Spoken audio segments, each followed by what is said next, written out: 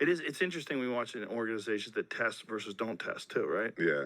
You know, how do you feel about that?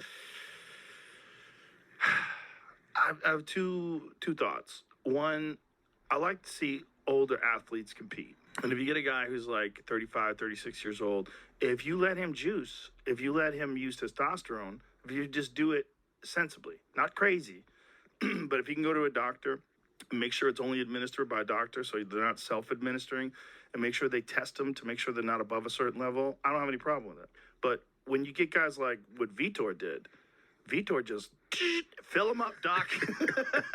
He blew the fuck up. He just like, take it to my eyeballs.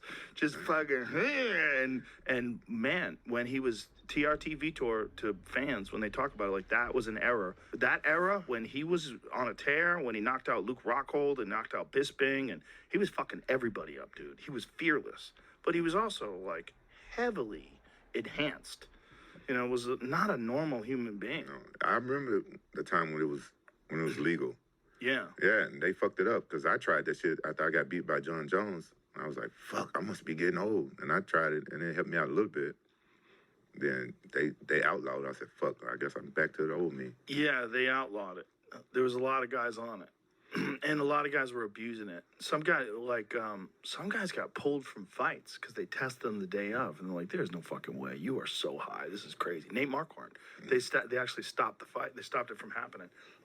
Yeah, they canceled the fight. Yeah, you know, in Pride, they never tested. Well, Ensign Inoue told me that they had in capital letters, "We do not test for steroids." Yeah. In the contract. Yeah, but they'll test you for like weed and cocaine and all that shit. That's hilarious. But they wouldn't test you for steroids. So they tested you. They just didn't test you for anything that would actually help you fight. It seems like they kind of encouraged it.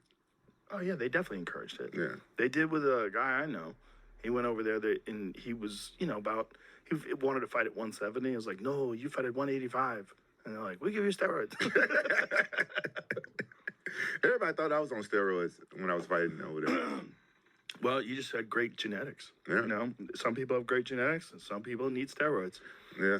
I always tell people, like, look at me and look at some of the other fighters. You can look at my body and tell I wasn't on this shit. Well, the difference is when they get tested. Like when the pre-USADA and post-USADA days are so interesting because even though they outlawed testosterone, there's still guys like Overeem. There's not a chance in hell that guy was natural. He was not natural at all. There's no way. No way. Especially when he fought Brock Lesnar. But somehow or another he passed the test. But the test the day of, like the weigh-ins test, that's nonsense. That is nonsense. Like, all the benefits are still there and all the stuff is out of your system. Bro, it's crazy. I used to fight over there with Alistair, right? And he was like the bony 205er. Yeah, he was thin. Yeah, he was thin. Then one day I saw him like, God damn, what the fuck you doing? He said, horse meat. I'm like, okay, buddy.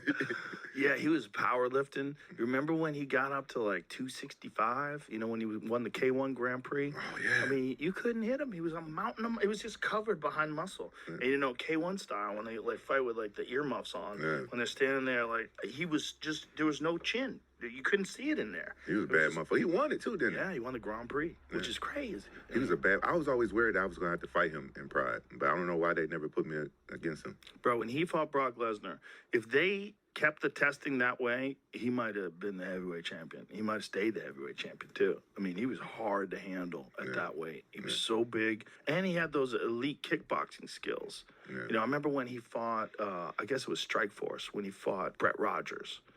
You can see the moment he hits Brett Rogers with one low kick, and you can see it in Brett Rogers' face, like, "Oh shit! Like, this is different. This is so different." He was so scary, man. Yeah, fuck, big tall motherfucker. I would like to see him go against Jon Jones. I would have loved to have seen that back in the day, but if again you let him fight enhanced, because the difference between him enhanced and unenhanced, he became an average fighter. Yeah, but so, Jon was enhanced too, though. If they would have went against each other, both enhanced at the time. At the time. So you think Jon was enhanced? Yeah, I think it's proven. Really, because of the whole thing with the picograms, whatever the fuck that shit is. Well, I don't pay a whole lot of attention to it, but I just thought he got popped, so I assumed that he was enhanced. He did, but the problem that he got popped with, there were so minuscule levels that it didn't make sense. Yeah, he don't look like somebody. He does steroids. Yeah, no, he doesn't. Oh, okay. But neither did Lance Armstrong. He probably doing something different though. No, he was doing testosterone. I mean, he was definitely doing that too. Those guys were doing. He was doing a lot of shit. They do everything they can when they do that Tour de France. Doctors say that it's actually healthier to do that thing on steroids than it is to not be on steroids, because your body just can't recover. Yeah. Because you're biking for hours and hours and hours, day after day. It's a fucking crazy event. I think if you biking and doing shit like that, let them do steroids. Right. But fighting, I'm against that shit. Right. It's Fighting, different. Yeah, football, boxing, MMA, shit like that. But football, you know they're doing something. Yeah, you know they're doing it. But Those guys are gigantic. Yeah, but I think if you got full contact against another human, I think it should be outlawed. But baseball, I wouldn't give a fuck. It would only make it interesting. And basketball, Yeah. I wouldn't care. Right. Who cares? Yeah, who cares? Yeah. Yeah. Especially they're professional athletes. They got a small window of opportunity. Yeah. They have like 10, 15 years at most where they can compete at their very best. Yeah, let those guys juice. Juice them up. Yeah, let them help them how to do it safely. But fighting, Right. Because you can hurt somebody. Because some people are totally against it. Well, the only way it makes sense in fighting is if everybody agrees. You know, like if you agree, but if you're cheating, you know, if you're just jobbing the tests and, you know, you got a good scientist that works with you and you're figuring out a way to rig everything, that's not good. Yeah. I'm against it because I fought a few guys that was on steroids when I was fighting in Pride. Who'd you fight that was like the most obvious on steroids? For me, I felt like it was the most obvious was Kevin Random and R.I.P. I don't ever want to talk ill of Big Bro, but Mark Coleman, he's honest about it. You know, Yeah. They were doing something. Wanderlei for sure was on that shit. For sure. For sure. For sure. For sure. And I Bro, think, he fought like he was on it. Oh, my God. He fought like he had rabies. Bro, that guy was so vicious. He just walked around mad the whole time. You know, all the fighters in Japan was scared of him. That's why he didn't like me, because I was never afraid of him. And one time, the first time I had a run-in with Wanderlei, we was all staying at the same hotel, and I'm walking back from press, and I get in on the elevator with my corner men, and the elevator opens up, and there's Wanderlei in there with two of his corner men, and I don't notice, I just walk on the elevator, and I turn around, and my two corner men took off. No. So I'm in the elevator by myself with Wanderlei, and he looked at me like I was crazy because I didn't take off with them. Like, he seemed like he was mad that I was breathing his same air in the fucking elevator. He's like, what are you doing? And they was talking shit in Portuguese and stuff like that. I was like, I ain't afraid of no motherfucking body. I was a kid then, too. But I just never been afraid of anybody. Then after I meet my two corners, I'm like, what the fuck happened to you? Where the fuck y'all go? Like, shit, that was the axe murderer. I'm not getting there with him. Just leave. I said, so you just want to leave? You. They didn't even pull you out. Didn't even touch me.